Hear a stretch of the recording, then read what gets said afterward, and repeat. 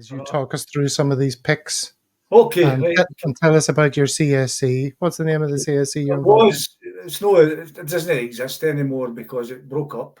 But it was at its height in the 90s when we were terrible. It was a Viewpark Jimmy Johnstone, number 7. And Jimmy Johnstone, we used to have dances in the castle rooms in Uddingston. And Jinky, they're a photo for one of the days, the nights. You see me at the back here, I'm a bit younger. Still with the same hairstyle, of course. That's, as you know, that's a great Bobby Murdoch and Jinky in the middle there. So that was a photograph and the Irish man in the background. So that was the kind of guys that we had coming to our dances. We had Lisbon Lions. We also used to have Bertie Auld. He would come in. He was like an act. Bertie would. We had like a tap table with all the president, the chairman, the 3 Lisbon Lions, George McCluskey, and the parish priest. He was there as well. So we had some fantastic nights with the guys, man. Honestly, they were so good. That's in a pub called Caesars up the road from me there. So that'll be 40 took just to let you see that if you're ever come past that way, it's worth a wee visit. Caesars pub in Uddingston, Viewpark. And that's the tap table that I spoke about. You see Jimmy Johnstone there beside pal Johnny, who's dead now, God rest him, and Jimmy, Bertie, Bobby Murdoch. The other side of me, while I'm picking my nose, is George McCluskey. You don't see him. But we were very fortunate. I mean, how many clubs could say they had 3 players like that sitting at their dances?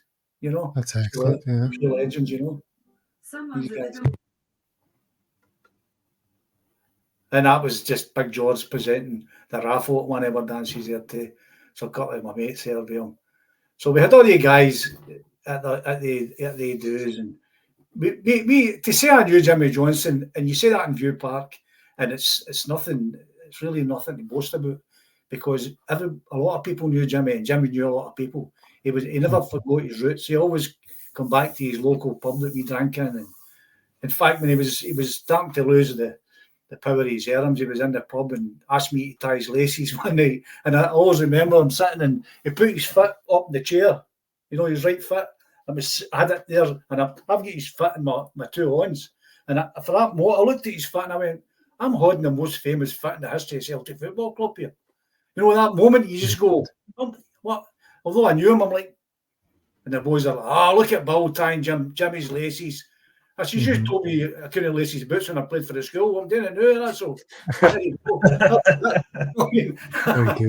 But that was one story. And then another time, I worked with a guy, and the guy was a Rangers supporter. His name was Robert Vincent. Robert, if he hears this, he'll not mind me mentioning it. But he was a great admirer of Jimmy Johnstone, Robert. Even though he's a Rangers fan, he said to me, he was the greatest winger I've ever seen. And me and him walked into the local, and there was Jimmy sitting one night. And he's awestruck. The guy's awestruck, He's like, do you think you could introduce me to him? I said, I ain't bother, Robert. So he walks there, and I said, Jimmy, this is Robert Vincent. He's a Rangers supporter, but he's a great admirer of yourself and that. And I say, that's great. So I sort of left him, and the guy shakes Jimmy's hands, and I turn away, and I just get about 2 yards away, and I'll hear me Jimmy saying to Robert, who the fuck is he anyway? How you put in your place? Who the fuck is that, Robert? I don't know him. Patrick McLaughlin says, I met Jimmy at a special place that's helped me stay my best for 13 years. Good man, Patrick. Congratulations. Yeah, was he as much of a character as everybody says? Like Robert Duvall talks about him. Jimmy Johnstone was amazing. Much of a character, but you know what he was? And maybe a lot of people don't realise. He was the most humble person as far as his skills you could ever have met. All he did was want to talk. See, when he spoke of players he played against, Rangers players that kicked him up and down the park, he had nothing but respect for them. He seen that was their job. And he really didn't. He just used to say, he was a great big guy, Bill. If you'd knew him off the park, he always made the excuses for guys that kicked him all over the place. He was just one of the humble guys when it came to his achievements and his football. And when he got back to Viewpark, along with all us, he used to say, I just love being in amongst the Viewpark boys, He liked to Stefano loved him. Alfredo Di Stefano loved him. Di Stefano, aye. He was There's other stories. Other stories that maybe aren't for this forum, you know. But we'll leave. But nothing too serious. But Jimmy was funny, you know. He was good fun. He was a good laugh, you know. And he was great for us. He went to all our dances and he always turned up. He always wrote the Lisbon lines with him, and you know the memories for that for us were phenomenal. The photos are testament to that, aren't they? The photographs I showed you, you know. Yeah, you know what I was thinking is in light of wee James E. Forrest having had such a great game and everyone singing his praises and his longevity and all of that, I was thinking, is it disrespectful that people call him wee James E. Forrest as opposed to James Forrest? And then I thought, well, people still say wee Jimmy Johnson, and they say that with nothing but love and respect for his achievements. Exactly. Aye, he was a real character, was Jimmy. Very good. All right, well, that was a nice little trip down memory lane there, Bill. Are you happy we live in a day now where having a chrome dome is more accepted? It is good, that, isn't it? You know, but I think now, when I see some of the hair weaves and you know, the hair pieces that people get now, I think I was a bit indulged in that in my younger days, if it had been as good then. But the wigs in the days looked as if a cat had jumped your head and fell asleep. You know what I mean?